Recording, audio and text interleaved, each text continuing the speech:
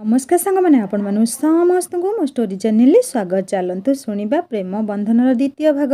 प्रथम भाग आपण मैंने शुणी कुमुदा और चंदू दुई जन खाली झगड़ा लगुले। एबे चलतु आगू शुणा। से आसी मो पाखे बसियापाई पड़ो। मु कहली एई सर्त रे मु आदौ राजी नुहे। मु अचिन्हा विदेशी पाखे कहीं बसबी। चंदू कहले आमे एजावत आउ अचिन्हा ही अच्छे ना कौन। मु कहली आउ कौन है अच्छे।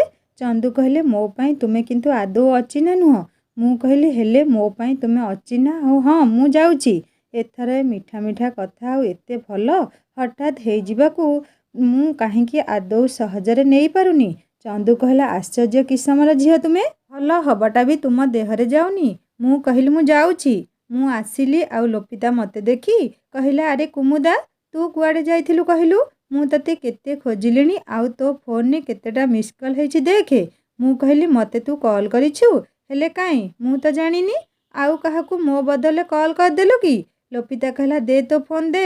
मु तापरे फोन ने लोपितार 20टा मिस कॉल देखी कहली सॉरी सांग फोनटा एई म्यूजिक सिस्टम जोगु शुभा गलानी। लोपिता कहला हो हेला चाल एते समय हेलानी घर को जिबा। मु कहली किए आमको छाड़िबो।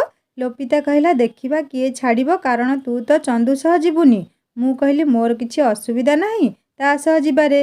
लोपिता कहला आ तोर किछि असुविधा नाही ता सह जिबारे। मु कहली ना। लोपिता कहला तुमर हठात परिवर्तनर कारण कौन महाशया। मु कहली परिवर्तन ना चोपा आम मानकू घर को जिबार अछि तेणु जिए आमको नेउ सेथिरु आमको कौन मिलिबो। लोपिता कहला हौ हेला एबे कह चंदू कौठी। मु कहली रह रह ताकू कानी रे बांधिकी रखिछि खोलिकी दउछि। लोपिता कहला सीरियसली व्हाट पुअ जोक। मु कहली आउ तू सेमिति ता कथा मते पचारुछु सीए कुआडे मु केमिति जानिबी। लोपिता कहला जा रिनी भौज सह कथा हेई आसे मु चंदू को खोजिकी आसुछि। लोपिता गला चंदू को खोजिया पई आउ मु मो रिनी अपा सह कथा हेबा पई। आधा घंटा परे आम 3 जण गाड़ी रे फेरिलु। मु अवश्य आउ किछि कहु न थाए चंदू भी चुप थांती। लोपिता कहला कौन तुम दुहिंकर आजी मौन व्रत कि। चंदू संगे संगे कहले मु आउ काहाको किछि कहिबिनी पुणी जदि गोटे चापुड़ा बसी जीव किए जाने। मु किछि न कही रागिया भली बसिली कारण मो भूल पाए मु क्षमा मागी सारिछि अथच सीए सेई कथा को काहींकी आउ थरे कही मते कष्ट दउछंती। लोपिता कहला तार गोटे चापुड़ा ताहेले तो ज्ञान घर खोलीदेला। अरे वाह बहुत भल। चंदू कहले अरे लोपिता तुमे माने कौन खाइब रातिरे कारण मामू माई आज आसीबेनी एई बाहरु खाइबा पैक करी नहीं जिबा। लोपिता कहला एते बाधा लागिलानी आउ किए खाइबा बनैबो तू जा खाइबा नहीं आसीबू। कुमुदार खाइबा पूरा सिंपल आनिबू ताकू मसला बेसी खाइबा को भल लागेनी। हाँ आउ ताकू मिठा बहुत पसंद भल मिठा आनिबू। ए सब सुनी चंदू कहले ठीक अछि गाड़ी रु कुआडे ओल्हेई जिबनी मु जाउछि नेकी आसीबी कही चंदू को तळकू ओल्हेई गले। मु मने मने भाबिली आश्चर्य चंदू कौन लोपिता मो खाइबा विषय कहिबा बेले किछि प्रतिक्रिया देलेनी। लोपिता कहला कुमुदा तोर कौन हेछि तू निजे जानिथिबु हेले चंदू केमिति तो ना सुनी किछि कहिलानी तो खाइबा आनिया पई से नाराज भी हेलानी। गड़बड़ हे भाई सब गड़बड़ हे। मु कहली तू कहीं केते चिंता करूछु तोर कौन एसबु परीक्षा रे पड़िबो। झगड़ा हेउथिला बेले मुंडरे हाथ देई ओ माय गॉड कहूथुलु आउ जदि एबे आमे 2 जण नॉर्मल हे जाइछु तोर अनेक मंतव्य। लोपिता हसी कहला मु तो चाहे कि तुमे दुहे झगड़ा न करी तुम संपर्क को आगो को बढ़ाओ। मु कहली तू चुप हे बसे आउ एते गीता ज्ञान देनी। लोपिता हसी कहला हो मो माँ। किछि समय परे चंदू फेरिले कहले तुम हिसाब रे खाइबा कहिकी आनिछि हेले केते दू सी ठीक से बनैछि खाइले जना पड़िबो हेले मिठाटा बेक्स रसगोला आनिछि I am sure Haladi Basanta को भल लागिबो। लोपिता कहला अरे हे चंदू तोते परा ता ना कहिछि तू पुणी ताकू काहेंकी नाली लंका आउ हळदी बसंत बोली डाकुछु। चंदू कहला जे पर्यंत सीए निजे तांको मुहरे निज ना मो आगरे न कहिबे मु तांको हळदी बसंत ही डाकिबी। लोपिता कहला हौ तुमे 2 जण क्यारियन घर सामने रे आसी पहुंची जाइतिलु। लोपिता खाइबा पार्सल धरिला आउ मु घर चाबी नहीं घर खोलिली। चंदू गाड़ी को पार्किंग प्लेस रे रखी घर को आसिले। लोपिता आग गाधुआ घर को गला फ्रेश हेबा पई मु बसी मोर इटिमଳାର फूल को खोजुथली। गोटे जगार फूलर सूता सह मो केसरे एते जोरे फास पड़ जाइतिला जे ଜମା ଖୋଲି ନଥିଲା। ମୋତେ ଭାରି କାଟୁଥାଏ। ମୁଁ ଜୋରରେ ଲୋପିତାକୁ ଡାକୁଥାଏ ଶୀଘ୍ର ଗାଧୁଆ ଘରୁ ଆସି ମୋ ଚୁଟିରୁ ସେ ଫୁଲକୁ କାଢ଼ିବା ପାଇଁ। ସିଏ ତ ଗାଧୁଆ ଘରେ ଅଛି। ତାକୁ ପାଣି ଚାଲିବା ଶବ୍ଦରେ ହୁଏତ ମୋ ଡାକିବାଟା ଶୁଭା ଯାଇନଥିବ। ହେଲେ ମୋତେ ଏମିତି ଅବସ୍ଥା ଦେଖି ଚନ୍ଦୁ କହିଲେ, ମୋତେ ଦିଅ, ମୁଁ ଖୋଲିଦେବି ଫୁଲ ଗଜରା। ମୁଁ କହିଲି, ଆରେ ନା ନା, ଲୋପିତା ଆସୁ। ଚନ୍ଦୁ କହିଲେ, ମୁଁ ଏତେ ବି ଖରାପ ନୁହେଁ। ଜଷ୍ଟ ରିଲାକ୍ସ କହି ମୋ କେଶରୁ ଫୁଲର ଫାଶଟା କାଢ଼ିଦେଲେ। ଆଉ କହିଲେ, ଏସବୁ ଲଗାଅ କାହିଁକି ଯଦି ଖୋଲି ପାରିବନି ତ? ମୁଁ ଆଉ କିଛି ନ କହି ଚୁପ୍ ହେଇଗଲି। ଚନ୍ଦୁ କହିଲେ, ହଳଦୀ ବସନ୍ତ, ଗୋଟେ କଥା କହିବି, ରାଗିବନି ତ? ମୁଁ ମୁଣ୍ଡ ହଲେଇ କହିଲି, ନା। ଚନ୍ଦୁ କହିଲେ, ବିନା ଫୁଲରେ ବି ତୁମେ ବହୁତ ସୁନ୍ଦର। ମୁଁ କିଛି ନ କହି ଟିକିଏ ଲାଜେଇ ଗଲି। ମୁଁ ମନେ ମନେ ଭାବୁଥିଲି, ଏ ଚନ୍ଦୁ ମୋର ଏତେ ପ୍ରଶଂସା କାହିଁକି କରୁଛନ୍ତି? ହଠାତ୍ ଏତେ ପରିବର୍ତ୍ତନ କାହିଁକି? ଲୋପିତା ଫ୍ରେଶ୍ ହେଇ ଆସିବା ପରେ ମୁଁ ଗଲି ଫ୍ରେଶ୍ ହେବା ପାଇଁ। 3 ଜଣ ଫ୍ରେଶ୍ ହେଇ ଡାଇନିଂକୁ ଆସିଲୁ। ଖାଇବା ଭଲ ଥିଲା, ଆଉ ପେଟେ ପେଟେ ଖାଇଲୁ। ମୋ ତଣ୍ଟିରେ ଲାଖିଗଲା ଖାଇବା। ସଙ୍ଗେ ସଙ୍ଗେ ଚନ୍ଦୁ ପାଣି ଗ୍ଲାସ୍ ବଢ଼େଇ ଦେଲେ ମୋ ପାଖକୁ। ଲୋପିତା ଗୋଟିଏ ଖଣ୍ଡିକାଶ ମାରିକି କହୁଥିଲା, ଆରେ ବାପରେ। ମୁଁ କିଏ କାଶୁଛି ବୋଲି ବୁଝିବା ପୂର୍ବରୁ ଚନ୍ଦୁବାବୁଙ୍କ ପାଣି ଗ୍ଲାସ୍ କୁମୁଦା ମ୍ୟାଡାମଙ୍କ ପାଖରେ ପହଞ୍ଚି ସାରିଲାଣି। ମୁଁ ତାକୁ ଚିମୁଟି କହିଲି, ଖାଉନୁ, ଏତେ ଭାଷଣ କାହିଁକି ମାରୁଛୁ? ଖାଇସାରିବା ପରେ ଘରକୁ ଫୋନ୍ କରି କଥା ହେଲି। ଲୋପିତା ଆଉ ମୁଁ ଗଲୁ ଶୋଇବା ପାଇଁ। ଚନ୍ଦୁଙ୍କର ଟିକିଏ ବି ଇଚ୍ଛା ନଥାଏ ଶୋଇବା ପାଇଁ। ଚନ୍ଦୁ ଖାଲି କହୁଥାନ୍ତି, ଲୋପିତାକୁ ଲଣ୍ଡନରେ ଥିବାବେଳେ ଘଣ୍ଟା ଘଣ୍ଟା ଧରି ଫୋନରେ ଗପିବୁ, ହେଲେ ଏଠାକୁ ଆସିଲେ କଥା ନ ହେଇ ଶୋଇପଡ଼ିବୁ। ଲୋପିତା କହୁଥାଏ, ମୋତେ ଭାରି ଥକା ଲାଗିଲାଣି, ମୋର କିଛି ଗପିବାର ନାହିଁ, ତେଣୁ ତୁ ଯଦି ଗପିବୁ ଏଇ କୁମୁଦା ସହ ଗପେ। ଚନ୍ଦୁ କିଛି ନ କହି ବାହାରକୁ ଚାଲିଗଲେ। କିଛି ସମୟ ପରେ ଆସି କହିଲେ, ଲୋପିତା, ଟିକେ ଚା ବନେଇ ଦେ, ମୋତେ ଭଲ ଲାଗୁନି। ସିଏ ଜମା ଶୁଣିଲାନି। ସିଏ ନ ଶୁଣିବା ଦେଖି ଚନ୍ଦୁ ଉଠିକି ଚାଲିଗଲେ। ମୁଁ ମନେ ମନେ ଭାବିଲି, ଚା ବନେଇ ଦେଇ ତାଙ୍କୁ ମୋ କେଶରୁ ଫୁଲ ଗଜରା ଖୋଲିଦେଲେ ବୋଲି ଧନ୍ୟବାଦ ଜଣେଇଦେବି। ତେଣୁ ରୋଷେଇ ଘରକୁ ଯାଇ ଚା ତିଆରି କରି କପ୍ରେ ନେଇ ଚନ୍ଦୁ ପାଖକୁ ଗଲି। ସିଏ ତାଙ୍କ ଲ୍ୟାପଟପ୍ରେ ଫଟୋ ଦେଖୁଥିଲେ। ମୋତେ କାହିଁକି ଲାଗିଲା ସିଏ ମୋ ଫଟୋ ହିଁ ଦେଖୁଛନ୍ତି। ମୋତେ ଦେଖି ହଡ଼ବଡ଼େଇ ଲ୍ୟାପଟପ୍ ବନ୍ଦ କରିଦେଲେ। ମୁଁ କହିଲି, ଚା। ଚନ୍ଦୁ ଚା'ର କପ୍ ନେଇ କହିଲେ, ଥ୍ୟାଙ୍କ ୟୁ। ମୁଁ କହିଲି, ଧନ୍ୟବାଦ ତୁମକୁ। ଚନ୍ଦୁ କହିଲେ, ହେଲେ ଧନ୍ୟବାଦ କ'ଣ ପାଇଁ? ମୁଁ କହିଲି, ଫୁଲ ଗଜରା ବାହାର କରିବା ପାଇଁ। ଚନ୍ଦୁ କହିଲେ, ହଳଦୀ ବସନ୍ତ, ଚା'ଟା ଖୁବ୍ ବଢ଼ିଆ ବନେଇଛ। ମୁଁ କହିଲି, ହଉ, ତୁମେ ଚା ପିଇ କପ୍ ସେଇଠି ରଖିଦେବ, ମୁଁ ଯାଉଛି ଶୋଇବା ପାଇଁ। ଚନ୍ଦୁ କିଛି କହିବା ପାଇଁ ଚାହୁଁଥିଲେ, ହେଲେ କିଛି ନ କହି କହିଲେ, ହଉ ଯାଅ। ମୁଁ ଆସି ଶୋଇପଡ଼ିଲି। ରାତି ସାରା ନିଦ ହେଉନଥାଏ। ଚନ୍ଦୁଙ୍କର ବାରମ୍ବାର ଆସିଯିବାଟା କବାଟ ପାଖରୁ ମୁଁ ଅନୁଭବ କରିପାରୁଥାଏ। ରାତିଟା ସେମିତି ସେମିତି ନିଦ ବିନା କଟୁଥାଏ। ଛାତିରେ ଧକ୍ ଧକ୍ ଆୱାଜକୁ ଯେମିତି ବଢ଼େଇ ଦେଉଛି। ଏତେ ପୁଅଙ୍କୁ ମୁଁ ମୋ କଲେଜରେ ଦେଖିଛି, ହେଲେ କିଏ ମୋ ପାଖକୁ ଆସିଲେ ଏମିତି ଅନୁଭବ ହୁଏନି ତ? ଇଏ ପୁଣି କି ପ୍ରକାର ଅନୁଭବ? ମୋ କେଶରୁ ଇଟିମଳା ଫୁଲର ଗଜରା କାଢ଼ିବା ବେଳେ ସତେ ଯେମିତି ମୋ ପ୍ରାଣ ବାହାରିଗଲା ଭଳି ଅନୁଭବ ହେଉଥିଲା। କାରଣ ମୋ ଛାତି ଭିତରଟା ଯେମିତି ଘାଣ୍ଟି ହେଇଯାଉଥିଲା। ତାଙ୍କର ସ୍ପର୍ଶ ମୋ ମନରେ ଗଭୀର ରୋମାଞ୍ଚ ଭରି ଦେଉଥିଲା। ତକିଆକୁ ଧରି ମୁଁ ଶୋଇବାର ପ୍ରୟାସ କରୁଥିଲି। ସେମିତି ସେମିତି ସକାଳ ବି ହେଇଗଲା। ଘରକୁ ଯିବି, ହେଲେ ମୋ ମନରେ ଯେମିତି କାହାକୁ ଛାଡ଼ିଯିବାର ବିରାଟ ଏକ ଶୂନ୍ୟତା ପଥ ବାଟ ଓଗାଳୁଥିଲା ମୋର। ଏତିକିବେଳେ ବାପାଙ୍କ ଫୋନ୍ ଆସିଲା। ହେଲେ ଭାବିଲି, ଏତେ ସକାଳୁ ବାପା କାହିଁକି ଫୋନ୍ କରିଛନ୍ତି? ଫୋନ୍ ରିସିଭ୍ କଲି। ବାପା କହିଲେ, କୁମୁଦା, ଆଈ ପଡ଼ିଯାଇଛି। ବୋଉ ଆଉ ମୁଁ ମାମୁଁ ଘରକୁ ଯାଉଛୁ। ଭାଇ ଏଣେ ଚାଷବାସ ଆଉ କୁକୁଡ଼ା ଫାର୍ମ କଥା ବୁଝିବ। ତତେ ଆଉ ନେଇ କଲେଜ ଯାଇପାରିବନି। ତେଣୁ ତୁ ଲୋପିତା ଘରେ ଆମେ ଫେରିବା ଯାଇ ରହିଯା। ରୋହନ ନେଇ ତୋ ଜାମାପଟା ଦେଇକରି ଆସିଯିବ। ଆମେ ଆସିଲେ ତୁ ଆସିବୁ। ମୁଁ ଲୋପିତାର ବାପାଙ୍କୁ କହିଦେଇଛି। ସିଏ କହିଛନ୍ତି, ଭାଇନା କିଛି ବ୍ୟସ୍ତ ହୁଅନ୍ତୁ ନାହିଁ। କୁମୁଦା ଆମ ଝିଅ ଭଳି। ଯେତେ ଦିନ ଅସୁବିଧା ଅଛି ସିଏ ରହୁ। ଲୋପିତା ପୁଣି ତ ଯାଇ ଆମେ ନଥିବା ବେଳେ ମାସ ମାସ ରୁହେ ତୁମ ଘରେ। ବାପା କହିଲେ, ମାମୁଁ ବାହା ହେବା ଯାଏଁ ଆମକୁ ଆଈ ଅଜାଙ୍କୁ ଚଳେଇବାକୁ ପଡ଼ିବ। ବୋଉ ବି ମୋ ସହ କଥା ହେଲା। ଆଈ ଦେହ ଭଲ ନାହିଁ ବୋଲି କାନ୍ଦୁଥିଲା। ମୁଁ କହିଲି, ତୁମେ ତ ପଳେଇବ, ଭାଇ ଖାଇବ କେମିତି? ବୋଉ କହିଲା, ରୀମା ଖୁଡ଼ୀ କହିଛି ଖାଇବା କରିଦେବ। ବୋଉ ଫୋନ୍ ରଖିଲା। ମୋ ମନ ଭାରି ଦୁଃଖ ହେଉଥାଏ। ମୋ ଆଈ ହିଁ ଘର ସମ୍ଭାଳେ। ମୋ ମା ଅବା କେତେ ଦିନ ତା ଘର ଚଳେଇବ। ଆଈକୁ ମୁଁ ଭାରି ଭଲ ପାଏ। ତେଣୁ ସିଡ଼ି ଉପରେ କଥା ହେଇ ଚୁପ୍ ହେଇ ବସିଲି। ଚନ୍ଦୁ ଆସି ଥରେ ମୋ ସାମ୍ନା ଦେଇ ଗଲେ। ବୋଧହୁଏ ଲୋପିତାକୁ ଯାଇ କ'ଣ କହିଲେ କେଜାଣି, ସିଏ ନିଦ ମଳମଳ ହେଇ ବିଜୁଳି ବେଗରେ ଆସିଲା। କହିଲା, କୁମୁଦା, କାହିଁକି କାନ୍ଦୁଛୁ? ଚନ୍ଦୁ କ'ଣ କହିଲା କି ପୁଣି? ମୁଁ କହିଲି ନା। ସିଏ କହିଲା ଏତେ ସକାଳୁ ଉଠି ବସିଛୁ ହାତରେ ଫୋନ୍, ହେଇଛି କ'ଣ ସାଙ୍ଗ କହ ମୋତେ। ମୁଁ ତାକୁ ସବୁ କଥା କହିଲି। ସିଏ କହିଲା ହଉ ମନ ଦୁଃଖ କରନା, ଠାକୁରଙ୍କୁ ଡାକେ ସବୁ ଠିକ୍ ହେଇଯିବ। ତୁ ତ ମା ତାରିଣୀକୁ କେତେ ମାନୁ, ବିଶ୍ୱାସ ରଖେ ସବୁ ଭଲ ହେବ।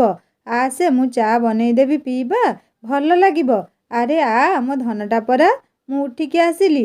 ଲୋପିତା କହିଲା ଜାଣିଛୁ ତୁ ନ ଯିବା କଥା ଜାଣିଲେ ଚନ୍ଦୁ ଖୁସି ହେଇଯିବ, ଆଉ ତୋ ମନ ଦୁଃଖ ବୋଲି ମୋତେ ଯାଇ ପଚାରୁଛି ହଳଦୀ ବସନ୍ତ କ'ଣ ମୋ ପାଇଁ କାନ୍ଦୁଛି। ହେଲେ ମୁଁ ତାକୁ କିଛି ବି କହିନି। ମୁଁ କିଛି ନ କହି ସ୍ମିତ ହସ ଦେଲି। ଲୋପିତାକୁ ମୁଁ କହିଲି ତୁ ଯା ଫ୍ରେଶ୍ ହେଇ ଆସେ, ମୁଁ ଚା ବନେଇ ଦେଉଛି। ସିଏ ବାଥରୁମ୍ ଗଲା ଆଉ ମୁଁ ରୋଷେଇ ଘରକୁ ଗଲି ଚା ବନେଇବା ପାଇଁ। ଚନ୍ଦୁ କୋଉଠି ଥିଲେ କେଜାଣି, ଯେମିତି ଲୋପିତା ଗାଧୁଆ ଘରକୁ ପଶିଛି ସଙ୍ଗେ ସଙ୍ଗେ ରୋଷେଇ ଘରେ ହାଜର। ମୋତେ କହିଲେ ତୁମ ମନ କ'ଣ ପାଇଁ ଦୁଃଖ? ମୁଁ ତ କିଛି ବି କହିନି ତୁମକୁ। ମୁଁ କହିଲି ମୁଁ କେତେବେଳେ କହିଲି କି ତୁମେ କିଛି କହିଲ ବୋଲି ମୋ ମନ ଦୁଃଖ? ଚନ୍ଦୁ କହିଲେ ତାହେଲେ କ'ଣ ହେଇଛି ତୁମର? ମୁଁ କହିଲି ମୋ ମନ ଦୁଃଖ ହେଲେ ତୁମକୁ କେବେଠୁ ଫରକ ପଡ଼ିବା ଆରମ୍ଭ ହେଲାଣି। ଚନ୍ଦୁ କହିଲେ ତୁମକୁ କାହିଁକି ଲାଗୁଛି ଯେ ତୁମର କିଛି ହେଲେ ମୋତେ ଫରକ ପଡ଼େନି ବୋଲି। ମୁଁ କହିଲି ତୁମେ ମୋତେ ଚିହ୍ନିବାଟା ବି ତ ମାସେ କି ବର୍ଷେ ନୁହେଁ, ହେଲେ ଫରକ ପଡ଼ିବା ଆରମ୍ଭ ହେଇଗଲାଣି ନୁହେଁ। ଚନ୍ଦୁ କହିଲେ ଓହୋ, ତୁମ ମତରେ ମାସେ କି ବର୍ଷେ ଚିହ୍ନା ହେଲେ ଯାଇ ଫରକ ପଡ଼ିବ। ମୁଁ କହିଲି ଆଇ ଦେହ ଖରାପ, ସେଇଥିପାଇଁ ମନ ଦୁଃଖ। ଚନ୍ଦୁ କହିଲେ ତୁମେ ମନ ଦୁଃଖ କଲେ କ'ଣ ତାଙ୍କ ଦେହ ଠିକ୍ ହେଇଯିବ? ବରଂ ଭଗବାନଙ୍କୁ ପ୍ରେ କର ସିଏ ଜଲ୍ଦି ଠିକ୍ ହେଇଯାଆନ୍ତୁ। ଆଉ ହଁ, ତୁମେ ମନ ଦୁଃଖ କଲେ ଆଉ ଜଣଙ୍କ ମନ ଭାରି ଦୁଃଖ ହେଉଛି, ପଚାରିବନି ସିଏ କିଏ ବୋଲି। ମୁଁ କହିଲି କିଏ? ସିଏ ସଙ୍ଗେ ସଙ୍ଗେ କହିଲେ ମୁଁ ଆଉ କିଏ। ମୁଁ କହିଲି କାଲି ଯାଏ ମୁଁ ଇରିଟେଟିଂ ଗାଉଁଲି ଥିଲି, ହେଲେ ଫିରିଙ୍ଗି ବାବୁଙ୍କର ମୋ ପାଇଁ ଆଜି ଏତେ ଦରଦ କାହିଁକି? ଚନ୍ଦୁ କହିଲେ ମୋତେ ସେ ବାବୁ ଫାବୁ ନ ଡାକି କେବଳ ଚନ୍ଦୁ ବୋଲି ଡାକିଲେ ମୁଁ ବେଶୀ ଖୁସି ହେବି। ମୁଁ କହିଲି ମୁଁ ଏଠି କାହାକୁ ଖୁସି କରିବାକୁ ଆସିନି। ଚନ୍ଦୁ ହେଲେ କ'ଣ ବୁଝିଲେ କେଜାଣି ରାଗିକି ପଳେଇଲେ। ମୁଁ ମନେ ମନେ ଭାବିଲି କ'ଣ କହିଲି ଯେ ରାଗିକି ପଳେଇଲେ। ସେ ମୋ ଖୁସିର ଅର୍ଥକୁ ଆଉ କିଛି ନେଇଗଲେ କି? ଠିକ୍ ଅଛି, ସିଏ ରାଗିଲେ ତ ରାଗିଲେ, ମୋତେ କାହିଁକି ତାଙ୍କ ରାଗିବାଟା ବରଦାସ୍ତ ହେଉନି। ଲୋପିତା ଆସିଲା, ଚା ପିଇଲା। ମୁଁ କହିଲି ଲୋପିତା, ଚନ୍ଦୁକୁ ନେଇ ଚା ଦେଇଦେ। ସିଏ ଗୋଟିଏ ଏମିତି ପିଲା, ମୋତେ କହିଲା ତୁ ଯାଉନୁ ଦେଇଦେବୁ। ମୋତେ କାହିଁକି କହୁଛୁ? ମୁଁ କହିଲି ଆଚ୍ଛା ପିଲା ତୁ, ତୋ ଭାଇ, ତୁ ନେଇ ଚା ଦେବୁନି ଆଉ କିଏ ଦେବ? ସିଏ କହିଲା ତୁ। ଚା ଥଣ୍ଡା ହେଇଥିଲା। ମୁଁ ଭାବିଲି ତା ସହ ଯୁକ୍ତି କରି କିଛି ଲାଭ ନାହିଁ, ତେଣୁ ମୁଁ ଚା କପ୍କୁ ଧରି ତାଙ୍କ ରୁମ୍କୁ ଗଲି। ମୁହଁ ମାଡ଼ି ମନ ଦୁଃଖରେ ବସିଥିବା ଦେଖି ଚନ୍ଦୁଙ୍କୁ ମୋତେ କାହିଁକି ବ୍ୟସ୍ତ ଲାଗୁଥିଲା। ସିଏ ମୋର କେହି ନୁହେଁ, ଆଉ ଏତେ ସାମାନ୍ୟ କଥାରେ ରାଗିବାଟା ତାଙ୍କର ମୋତେ କାହିଁକି ଅସ୍ତବ୍ୟସ୍ତ କରି ପକାଉଛି। ମୁଁ ଟିପୟ ଉପରେ ଚା ରଖି ବଡ଼ ପାଟିରେ କହିଲି ତୁମ ଚା ରହିଲା, ଜଲ୍ଦି ପିଇନିଅ ନହେଲେ ଥଣ୍ଡା ହେଇଯିବ। ଉତ୍ତର ଥିଲା ମୁଁ ପିଇବିନି। ମୁଁ କହିଲି ପିଇବା ଆଉ ନ ପିଇବା ତୁମ ଉପରେ ଡିପେଣ୍ଡ କରେ। ଆଉ ହଁ, ମୋ କଥାରେ ଯଦି ରାଗିଛ ଆଇ ଆମ୍ ସରି। ଚନ୍ଦୁ ସଙ୍ଗେ ସଙ୍ଗେ କହିଲେ ଇଟ୍ସ ଓକେ। ମୁଁ କହିଲି ମୋ କଥାର ଓଲଟା ଅର୍ଥ ନେଇ ରାଗିକି କାହିଁକି ଚାଲି ଆସିଲ? ଚନ୍ଦୁ କହିଲେ ମୋତେ ଭଲ ଲାଗିଲାନି ବାସ୍ ସେଇଥିପାଇଁ। ମୁଁ କହିଲି ତୁମ କଥା ମୋତେ ଖରାପ ଲାଗୁଛି, ହେଲେ ମୁଁ ତ ଶୁଣୁଛି। ଚନ୍ଦୁ କହିଲେ କୋଉ କଥା? ମୁଁ କହିଲି ଚାପୁଡ଼ା ମାରି ସରି କହିଲି, ହେଲେ କାରେ ଯୋଉ ଲୋପିତାକୁ କହିଲ ଚୁପ୍ ରହିଲି କାଳେ ଆଉ ଗୋଟିଏ ଚାପୁଡ଼ା ବାଜିଯିବ ବୋଲି। ଚନ୍ଦୁ କହିଲେ oh my god, that is a joke. Okay, I will never repeat. ମୁଁ ଚାଲି ଆସୁଥିବା ଦେଖି ଚନ୍ଦୁ କହିଲେ ତୁମ ସହ କଥା ଅଛି, କେତେବେଳେ ଯିବ ଘରକୁ? ମୁଁ କିଛି ନ କହି ଚାଲି ଆସିଲି। ମୋ ଚାଲି ଆସୁଥିବା ଦେଖି ଚନ୍ଦୁ କହିଲେ Haladi Basanta, I am in love with your tea. ମୁଁ ତଳକୁ ମୁହଁ ପୋତି ସିଧା ଲୋପିତା ପାଖକୁ ଦୌଡ଼ିଲି। ଲୋପିତା କହିଲା ଚା ଦେଲୁ? ମୁଁ କହିଲି ହଁ। ଲୋପିତା କହିଲା କୁମୁଦା, ଚନ୍ଦୁ ବହୁତ ଭଲ ପିଲା, ସିଏ କିଛି କହିଲା? ମୁଁ କହିଲି ନା। ଲୋପିତା କହିଲା ତାକୁ ଡାକିଲୁନି ଆମ ରୁମ୍କୁ, ସେ ବିଚରା ଏକୁଟିଆ ଫିଲ୍ କରୁଥିବ। ମୁଁ କହିଲି ମୁଁ ତ ଠିକା ନେଇଛି ତୁମ ଭାଇ ଭଉଣୀକୁ କମ୍ପାନୀ ଦେବା ପାଇଁ। ସିଏ ହସିଲା ଆଉ ଡାକିଲା ଚନ୍ଦୁ, ଚନ୍ଦୁ ଏଠିକି ଆସେ।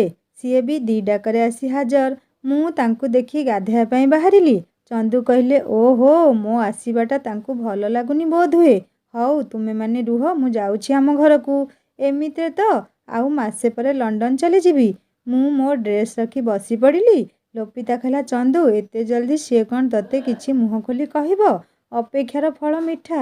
ମୁଁ ମନେ ମନେ ଭାବିଲି ଏ ଦୁଇ ଜଣ କୋଉ ଫଳ କଥା ହେଉଛନ୍ତି।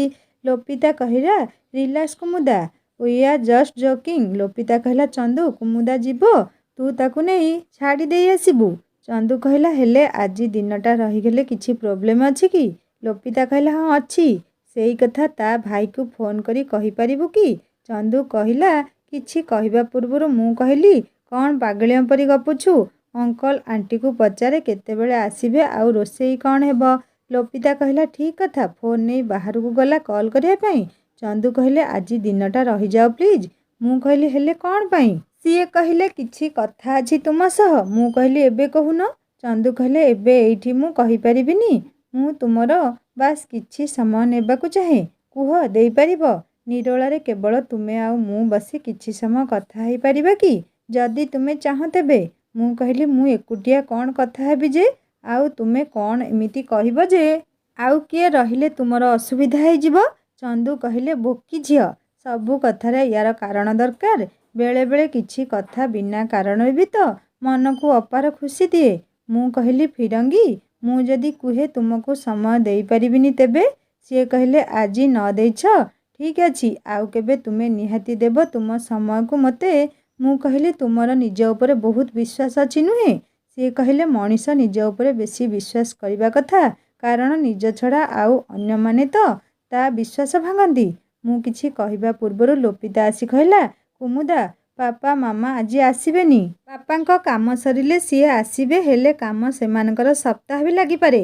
ଏସବୁ କହିବା ପରେ ସବୁଠାରୁ ବେଶୀ ଖୁସି ଚନ୍ଦୁ ହେଇଯାଉଥିଲେ। ମୁଁ କହିଲି ହଉ ଠିକ୍ ଅଛି, ମୁଁ ଗାଧେଇ ଆସି ରୋଷେଇ ବସେଇ ଦେବି କହି ଗାଧୁଆ ଘରକୁ ପଶିଗଲି। ଗାଧୁଆ ଘର ଭିତରେ ଅସରପା ଦେଖି ଜୋରରେ ଚିତ୍କାର କଲି। ମୋ ପାଟି ଶୁଣି ଚନ୍ଦୁ ଦୌଡ଼ିକି ଆସିଲେ। ଠିକ୍ ସେତିକିବେଳେ ଅସରପା ଉଡ଼ି ଆସି ମୋ ମୁଣ୍ଡ ଉପରେ ବସିଗଲା। ମୁଁ ଡରରେ ଚନ୍ଦୁକୁ ଜାବୁଡ଼ି ଧରିଛି। କିଛି ସମୟ ପରେ ଚନ୍ଦୁ କହିଲେ ହଳଦୀ ବସନ୍ତ, ଅସରପା ଆଉ ନାହିଁ, ତୁମେ ଏଥର ଗାଧେଇକି ଆସିଯାଅ।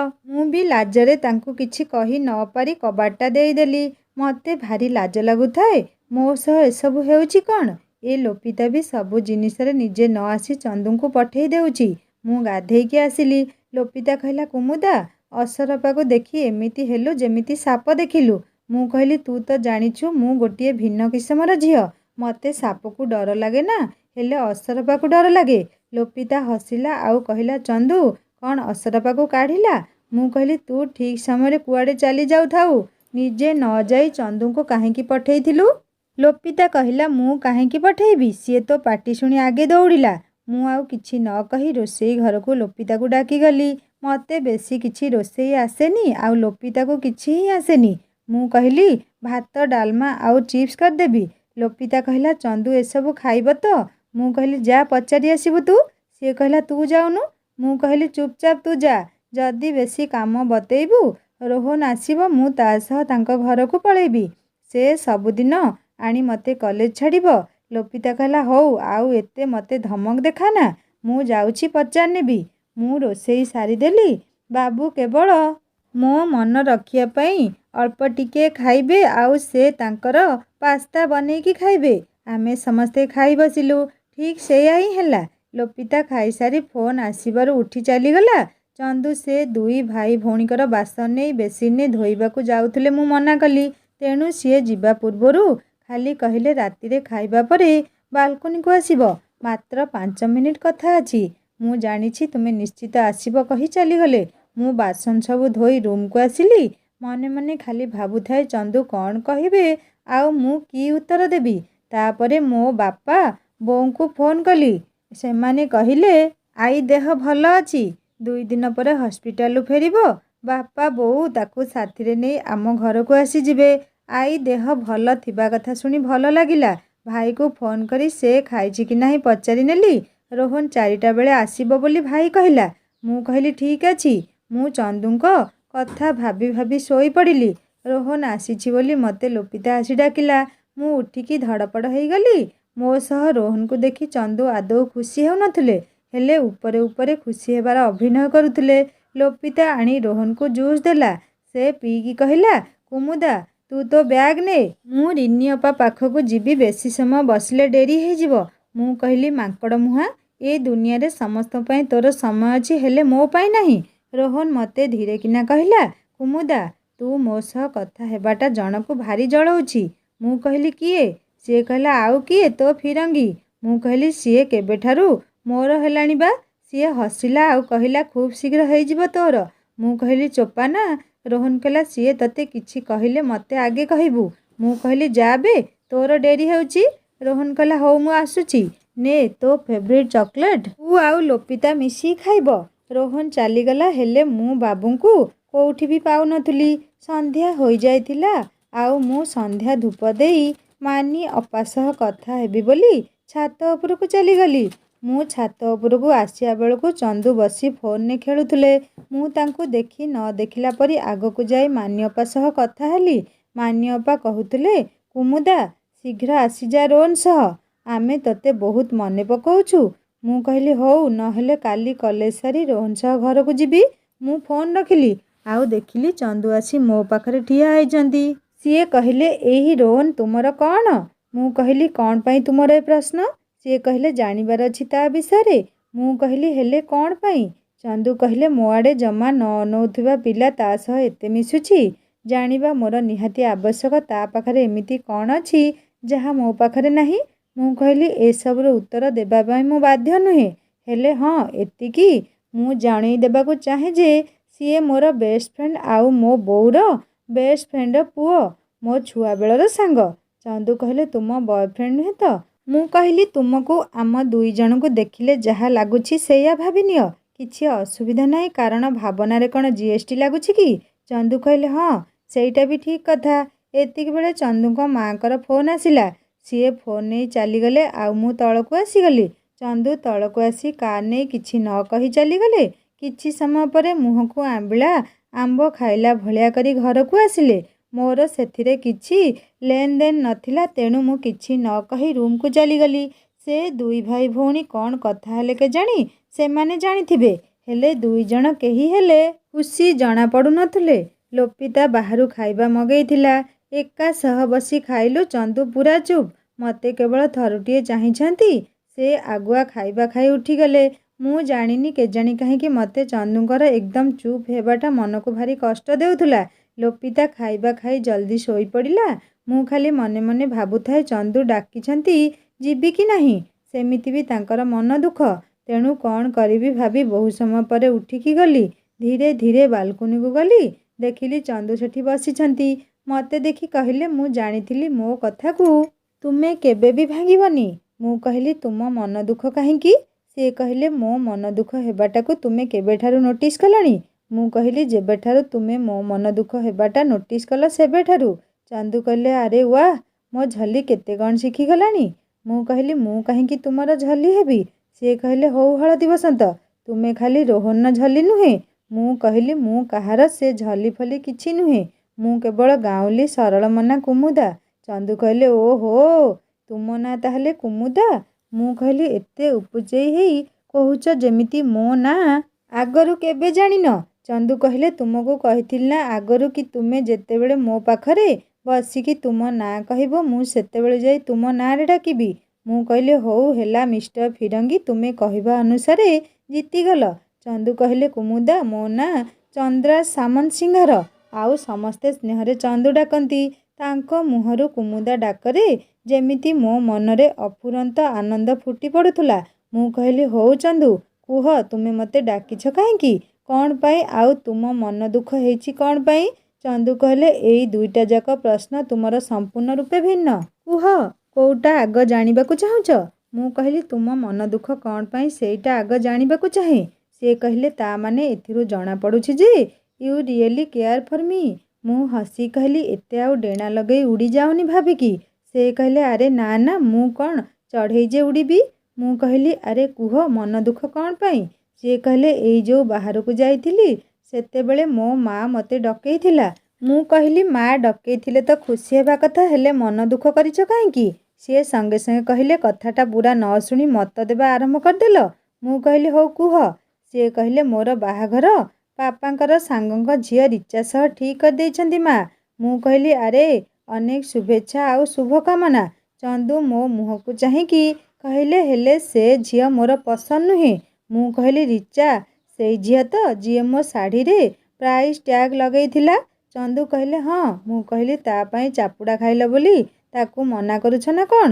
ଚନ୍ଦୁ ସଙ୍ଗେ ସଙ୍ଗେ କହିଲେ I am not that mean. ମୁଁ କହିଲି ହଉ ତୁମେ ମହାପୁରୁଷ ହେଲେ କୁହ ତାର କ'ଣ ଖରାପ ଦେଖିଲ ଯେ ତାକୁ ପସନ୍ଦ କରୁନ? ସେ ସ୍ମାର୍ଟ, ଦେଖିବାକୁ ସୁନ୍ଦର, ଆଉ ତୁମେ ତ NRI, ତୁମକୁ ଭଲ ମ୍ୟାଚ୍ କରିବ ସିଏ।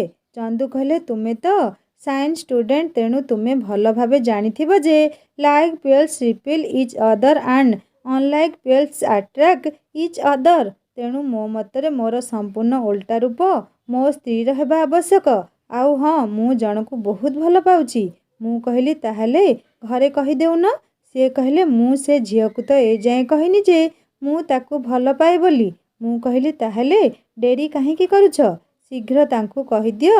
ସିଏ କହିଲେ ନା, ମୋତେ ଡର ଲାଗୁଛି କାଳେ ସିଏ ମନା କରିଦେବ ବୋଲି। ମୁଁ କହିଲି ଆରେ ତାଙ୍କୁ କୁହ ତ ଆଗେ। ହଉ ଠିକ୍ ଅଛି, ଆଜି ଏତେ ରାତି ହେଲାଣି, ନହେଲେ କାଲି ଫୋନ୍ କରି କହିବ। ହଉ ମୋତେ କୁହ, ମୋତେ କ'ଣ ପାଇଁ କହିଥିଲ ଆସିବା ପାଇଁ? ଚନ୍ଦୁ କହିଲେ କେମିତି କହିବି କୁମୁଦା, ମୁଁ ଜାଣିପାରୁନି। ମୁଁ କହିଲି ହଉ, ଯଦି କହିପାରୁନ ତାହେଲେ ଯେବେ କହିପାରିବ ବୋଲି ଭାବିବ ମୋତେ ଡାକିବ। ମୁଁ କହିଲି ମୁଁ ଆସୁଛି ଚନ୍ଦୁ, ଶୁଭରାତ୍ରି। ଏତିକିବେଳେ ମୁଁ ଚାଲି ଯାଉଥିବା ବେଳେ ମୋ ହାତକୁ ଟାଣି ଧରିଥିବା ଦେଖି ମୋ ପାଦ ଅଟକିଗଲା। ମୁଁ କହିଲି ଚନ୍ଦୁ, ମୋ ହାତ ଛାଡ଼। ଚନ୍ଦୁ କହିଲେ ଯଦି ଛାଡ଼ିବାର ଥାଆନ୍ତା ତାହେଲେ ଧରିଥାନ୍ତି କାହିଁକି? ମୁଁ ରାଗି କହିଲି ମୋ ହାତ ଛାଡ଼ ଚନ୍ଦୁ, ଏଇଟା ଲଣ୍ଡନ ନୁହେଁ, ବୁଝିଲ? ରୋହନ ମୋର ଏତେ ଭଲ ସାଙ୍ଗ ହେଇ ବି ସିଏ ମୋ ହାତ କେବେ ଧରିବାକୁ ସାହସ କରେନି। ଆଉ ତୁମେ ମୋ ସହ 2 ଦିନ ହେଲା ବି ଭଲରେ ମିଶିନ, ମୋ ହାତ ଧରିବାକୁ ସାହସ କଲ? ମୋତେ ଏସବୁ ଭଲ ଲାଗେନା ଚନ୍ଦୁ। ଚନ୍ଦୁ କହିଲେ ଆଇ ଆମ୍ ସୋ ସରି। ମୁଁ କହିଲି ହଉ, ତୁମେ ଜାଣିନଥିଲ, ଏବେ ତ ଜାଣିଗଲ ନା କି ମୋତେ ଏସବୁ ଭଲ ଲାଗେନା। ଚନ୍ଦୁ କହିଲେ ଯଦି ତୁମକୁ ଯିଏ ବିବାହ କରିବାକୁ ଚାହେଁ ସିଏ ତୁମ ହାତକୁ ଟାଣି ଧରିବ ତାହେଲେ କ'ଣ ତୁମେ ରାଗିବ? ମୁଁ କହିଲି ମୋ ବାହାଘର ତ ଏବେ ହେଇନି, ତେଣୁ ଏସବୁର ପ୍ରଶ୍ନ ଉଠୁଛି ଏବେଠୁ କାହିଁକି? ଚନ୍ଦୁ କହିଲେ କୁମୁଦା, ତୁମ ଉତ୍ତରର ଆବଶ୍ୟକତା ଅଛି, ସେଇଥିପାଇଁ ତ ମୁଁ ପଚାରୁଛି, ପ୍ଲିଜ୍ କୁହ। ମୁଁ କହିଲି ଆବଶ୍ୟକତା ତୁମକୁ ଅଛି ଚନ୍ଦୁ, ତେବେ ମୋର ଯାଏ ଆସେ କେତେ? ସେ କହିଲେ ଏତେ ଆଉ ଫୁଲେଇ ହୁଅନି, କୁହ ପ୍ଲିଜ୍। ମୁଁ କହିଲି ଏତେ ପ୍ଲିଜ୍ କରି କହୁଛ ବୋଲି ମୁଁ ତୁମକୁ କହୁଛି। ଚନ୍ଦୁ କହିଲେ କୁମୁଦା ଆରେ କୁହ ତ। ମୁଁ କହିଲି ମୋର ଯାହା ସହ ବାହାଘର ହେବ ସେ ତ ମୋ ହାତ ସବୁଦିନ ପାଇଁ ଧରିବାର ଲାଇସେନ୍ସ ପାଇଯିବ, ତେଣୁ ମୁଁ ରାଗିବି କାହିଁକି? ଚନ୍ଦୁ ସଙ୍ଗେ ସଙ୍ଗେ କହିଲେ ଆଖି ବନ୍ଦ କର କୁମୁଦା। ମୁଁ କହିଲି ଆରେ କ'ଣ ପାଇଁ? ସେ କହିଲେ ତୁମେ ନା ବହୁତ ଫୁଲେଇ, ଆଉ ସବୁ କଥାରେ ତୁମର ହଜାରେ ପ୍ରଶ୍ନ। ଆଖି ବନ୍ଦ କର ପ୍ଲିଜ୍। ମୁଁ ଆଖି ବନ୍ଦ କଲି। ସିଏ ଆଣ୍ଠେଇ ପଡ଼ିଲେ ଆଉ କହିଲେ ଏବେ ଆଖି ଖୋଲ। ମୁଁ ତାଙ୍କୁ ଏମିତି ରୋମାଣ୍ଟିକ୍ ପୋଜରେ ହାତରେ ସଦ୍ୟ ତୋଳା ରକ୍ତ ଗୋଲାପର ଫୁଲଟିଏ ଆଉ ହୀରାର ମୁଦି ଆଉ ବହୁତ ନରମ ଗଳାରେ ତାଙ୍କର ପ୍ରପୋଜାଲ। ମୁଁ ତୁମକୁ ବହୁତ ଭଲ ପାଏ କୁମୁଦା, ତୁମକୁ ମୁଁ ବିବାହ କରିବାକୁ ଚାହେଁ। ତୁମେ ମୋ ପ୍ରପୋଜାଲରେ ରାଜି କି ନାହିଁ? ମୁଁ ତାଙ୍କ କଥାକୁ କାହିଁକି ସହଜରେ ନେଇପାରୁନଥିଲି। ମୁଁ ଅବାକ୍ ହେଇଗଲି, କ'ଣ କହିବି ଜାଣିପାରିଲିନି। ମୋତେ ଏତେ ଭାବିବା ଦେଖି ଚନ୍ଦୁ କହିଲେ କୁମୁଦା କ'ଣ ଏତେ ଭାବୁଛ? ଦେଖ ନା ମୋ ଆଡ଼େ ପ୍ଲିଜ୍। ଚାନ୍ଦକୁ ଦେଖି କଇଁ କ'ଣ ଲାଜ କରେ? ଚନ୍ଦ୍ରର ପ୍ରୀତି ଜ୍ୟୋତ୍ସ୍ନାରେ ବରଂ କଇଁ ଭିଜେ। ମୁଁ କହିଲି ଚନ୍ଦୁ ପ୍ଲିଜ୍ ଏସବୁ ବନ୍ଦ କର। ମୁଁ ତୁମକୁ କିଛି କହିଲେ କି ରାଗିଲେ ତୁମେ ତ ପୁରା ରାଗି ଯାଉଛ, ତେଣୁ ଭଲ ହେବ ତୁମେ ଏସବୁକୁ ଭୁଲିଯାଅ। ଚନ୍ଦୁ କହିଲେ କୁମୁଦା ତୁମେ ଯେତେ ସହଜ ଭାବୁଛ ଭୁଲିବା ଏତେ ସହଜ ନୁହଁ। ମୁଁ କହିଲି ତୁମେ ମୋ ସହ ମିଶିବା କେତେ ଦିନ ହେଲା ଯେ ଭୁଲି ପାରିବନି? ନା ମୋତେ ତୁମ ପ୍ରେମ ଜାଲରେ ଫସେଇ ମୋ ସହ ଖେଳିବାକୁ ଚାହୁଁଛ? I mean time pass. NRI ତୁମେ, କୋଟି କୋଟି ଟଙ୍କାର ମାଲିକ, ତେବେ ତୁମେ କାହିଁକି କୃଷକର ଝିଅକୁ ବିବାହ କରିବାକୁ ଚାହୁଁଛ? ନା ଚାପୁଡ଼ା ମାରିଥିଲି ବୋଲି ମୋ ସହ ଏମିତି କରି ମୋ ମନକୁ କଷ୍ଟ ଦେବାକୁ ଚାହୁଁଛ? ଚନ୍ଦୁ କହିଲେ କୁମୁଦା ମୋତେ ବିଶ୍ୱାସ କର, ତୁମେ ମୋତେ ଆଦୌ ବୁଝିନ। ଯଦି ବୁଝିଥାନ୍ତ ତେବେ ଏତେ ସବୁ ପ୍ରଶ୍ନର ପ୍ରୟୋଜନ ହିଁ କ'ଣ? ମୁଁ କହିଲି ମୋତେ ଆଉ ସେ ବିଦେଶର ରାଜନୀତି ଶିଖାଅନା। ମୋତେ ଏବେ ଯିବାକୁ ଦିଅ, ମୋତେ ନିଦ ଲାଗିଲାଣି। ଚନ୍ଦୁ କହିଲେ କୁମୁଦା ଆଉ ଥରେ ଭାବ ପ୍ଲିଜ୍। ମୁଁ କହିଲି ମୋର କିଛି ଭାବିବାର ନାହିଁ। କ'ଣ ସରଳ ଗାଉଁଲି ଦେଖି ମୋ ଭାବନା ସହ ଖେଳି ଫସେଇବ ବୋଲି ଭାବିଛ? ତେବେ ଶୁଣ, ମୋର ଉତ୍ତର ନା ହିଁ ହେବ। ଆଉ କ'ଣ କହିଲ? ଚାନ୍ଦ ଆଉ କଇଁର ପ୍ରେମ କଥା କହିଲ ତ? ତେବେ ଶୁଣ, କେତେ ଦୂରେ ଚାନ୍ଦ କେତେ ଦୂରେ କଇଁ, ଚାନ୍ଦର ସ୍ପର୍ଶକୁ ନୀତି ସେ ଝୁରଇ, ହେଲେ କିଛି ଲାଭ ନାହିଁ। ବିରହିତ କଇଁ ଜଳି ମରୁଥାଏ ମନ ବେଦନାକୁ ଛାତିରେ ଲୁଚାଇ। ତେଣୁ ମୋତେ ଯିବାକୁ ଦିଅ ଚନ୍ଦୁ, ପ୍ଲିଜ୍। ମୋ କଥାରେ ରାଗିବନି। ସମକକ୍ଷରେ ବିବାହ ହୁଏ, ହେଲେ ଆକାଶ ଆଉ ପାତାଳର ବ୍ୟବଧାନରେ ବିବାହକୁ ଦେଖିଲେ ଯିଏ ମନେ ସିଏ କହିବ ଏ ଝିଅ ପଇସା ଲୋଭରେ ତୁମକୁ ଫସେଇ ନିଜର କରିଛି ବୋଲି। ବାସ୍ତବତାକୁ ବୁଝ। ଚନ୍ଦୁ କହିଲେ ପ୍ଲିଜ୍ କୁମୁଦା, ତୁମକୁ ସମୟ ଦରକାର। କୁହ ନା ପ୍ଲିଜ୍, ତୁମକୁ ସମୟ ଦରକାର କି? Then you take your own time, but I am waiting to listen your big yes, just keep it in mind. ମୁଁ କହିଲି ମୋର ସମୟର ଆବଶ୍ୟକତା ହିଁ ନାହିଁ, ସବୁବେଳେ ମୋର ଉତ୍ତର ନା ହିଁ ହେବ। ତେଣୁ ମୋର ନାଁ ଶୁଣି ଚନ୍ଦୁ କହିଲେ, କୁମୁଦା ପ୍ଲିଜ୍ ଆଉ ଥରେ ଭାବ। ତୁମେ ମୋତେ ଭଲ ଭାବରେ ଜାଣିନ, ସେଇଥିପାଇଁ ତୁମେ ଡରିବା ବି ସ୍ୱାଭାବିକ। ହେଲେ ମୋତେ ମନା କରି ମୋ ମନ ଭାଙ୍ଗି ଦିଅନି ପ୍ଲିଜ୍। ତୁମେ ସମୟ ନିଅ। ତୁମେ ଭାବୁଛ ମୁଁ ବିଦେଶରେ ରହୁଛି, ସେଇଥିପାଇଁ ମୋ ଭଲ ପାଇବା ବି ବିଦେଶୀ। ଆଦୌ ନୁହେଁ। ମୋ ସହ ମିଶ, ମୋତେ ଜାଣିବାକୁ ଚେଷ୍ଟା କର। ତୁମକୁ ଭବିଷ୍ୟତରେ ଜୀବନସାଥୀ ଦରକାର, ତେବେ ସେ ସାଥୀ ଯଦି ମୁଁ ହୁଏ, ଅସୁବିଧା କ'ଣ? ଏ ପ୍ରତିପତ୍ତି ପାଇଁ ତୁମେ ମୋତେ ମନା କରୁଛ? ମୁଁ ଯଦି କୁହେ ମୋର ସବୁ ଧନ ସମ୍ପତ୍ତି ଆଉ ବିଦେଶ ଛାଡ଼ି ମୁଁ ତୁମ ପାଖକୁ ଚାଲି ଆସିବି, ତେବେ କ'ଣ ତୁମେ ହଁ କହିବ? କୁହ, ମୋ ପ୍ରଶ୍ନର ଉତ୍ତର ଦିଅ କୁମୁଦା। ଚୁପ୍ କାହିଁକି ରହିଲ? ଆଉ କିଛି ସମୟ ନିଅ, ମୋତେ ଚିହ୍ନ। ଆଉ ମୁଁ ଯଦି ତୁମର ପସନ୍ଦ ନ ଆସେ, ତେବେ ତୁମେ ମନା କରିଦେବ, ଆଉ ମୁଁ ପଛକୁ ଚାହିଁବିନି, ସିଧା ଫେରିଯିବି ତୁମକୁ କିଛି ନ କହି। କୁହ କୁମୁଦା, ମୋ ପ୍ରସ୍ତାବରେ ତୁମେ ରାଜି ତ? ମୁଁ କହିଲି, ଚନ୍ଦୁ, ଏସବୁର ଆବଶ୍ୟକତା ହିଁ ନାହିଁ। ତୁମେ ମୋତେ ମାସେ, ବର୍ଷେ କି ଯେତେ ବେଶୀ ସମୟ ଦେଲେ ବି ମୋ ଉତ୍ତର ନା ହିଁ ହେବ। ସାଙ୍ଗମାନେ, ଚନ୍ଦୁର ପ୍ରେମକୁ କୁମୁଦା କାହିଁକି ଅସ୍ୱୀକାର କରୁଥିଲା? ଚନ୍ଦୁ କ'ଣ ମନ ଦୁଃଖ କରି ପୁଣି ବିଦେଶ ଫେରିଯିବ? ତାହା ଜାଣିବା ଏହି କାହାଣୀର ତୃତୀୟ ଭାଗରେ। ବହୁତ ଭାବିଚିନ୍ତି ଆପଣମାନଙ୍କ ପାଇଁ ଏହି ହୃଦୟକୁ ଛୁଇଁଲା ଭଳି କାହାଣୀଟିଏ ଲେଖୁଛି। ଯଦି ଆପଣଙ୍କର ସୁନ୍ଦର ସୁନ୍ଦର ମତାମତ ଆସିବ, ଆଉ ହଁ, ଆପଣମାନଙ୍କ ମତାମତ ଦ୍ୱାରା ମୋତେ ବହୁତ ପ୍ରୋତ୍ସାହନ ମିଳେ, ସେଥିପାଇଁ କାହାଣୀଟିକୁ ମୁଁ ଆଗକୁ ନେବି। ଆଉ ହଁ ସାଙ୍ଗମାନେ, କାହାଣୀଟି ଯଦି ଆପଣଙ୍କ ହୃଦୟକୁ ଛୁଇଁଥାଏ, ଲାଇକ୍ଟିଏ କରିବେ, ସାଙ୍ଗମାନଙ୍କ ସହିତ ସେୟାର କରିବେ। ଆଉ ଯଦି ମୋ ଚ୍ୟାନେଲରେ ନୂଆ ଅଛନ୍ତି, ତାହେଲେ ସବସ୍କ୍ରାଇବ୍ କରି ବେଲ୍ ଆଇକନ୍ ଦବାଇଦେବେ। ଜଲ୍ଦି ନେଇ ଆସିବି ଏହି କାହାଣୀର ତୃତୀୟ ଭାଗ। ରହୁଛି ନମସ୍କାର, ଜୟ ଜଗନ୍ନାଥ।